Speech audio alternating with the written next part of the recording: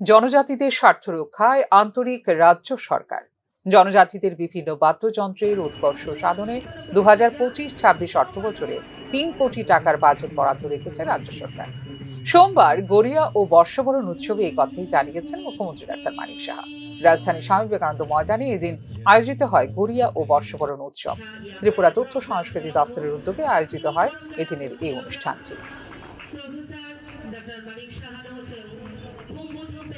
সম্মানিত অতিথিবর্গের হাতে স্মারক উপহার তুলে দেওয়া হচ্ছে।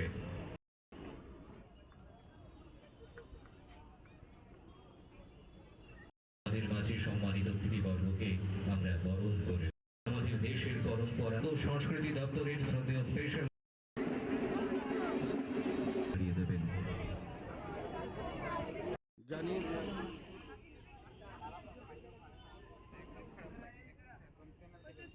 জানি যে এইবারের যে বাজেটে আমরা জনজাতিদের অনেক যন্ত্র আছে যেগুলো আমরা কিন্তু অনেকেই জানতাম না, এবং তাদেরকে বাঁচিয়ে রাখার জন্য আমরা এবার 3 কোটি টাকা আমরা এই বাজেটে কিন্তু আমরা রেখেছি। এবং শুধু তাই নয়, কিছুদিন আগে আপনারা দেখেছেন, আগে আমরা ছোটবেলার থেকে দেখতাম যে যাত্রা অনুষ্ঠান, সেগুলো কিন্তু এখন অবলুপ্তির পথে।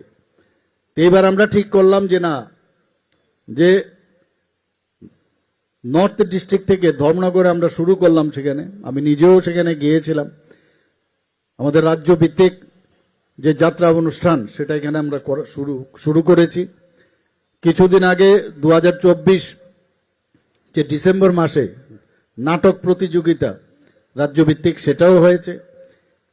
আমরা বলেছি যে পুতুল নাচ সেটাও যেন আগামী দিন হারিয়ে নেওয়া যায়।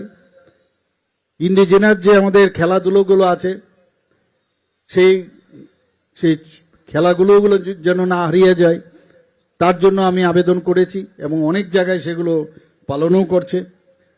শুধু তাই নয়, আমরা আরও যেসব পুরনো যে আমাদের সংস্কৃতিগুলো আছে, আমাদের যে উৎসবগুলো আছে, সেগুলো যেন আরও ভালো করে আমরা পালন করতে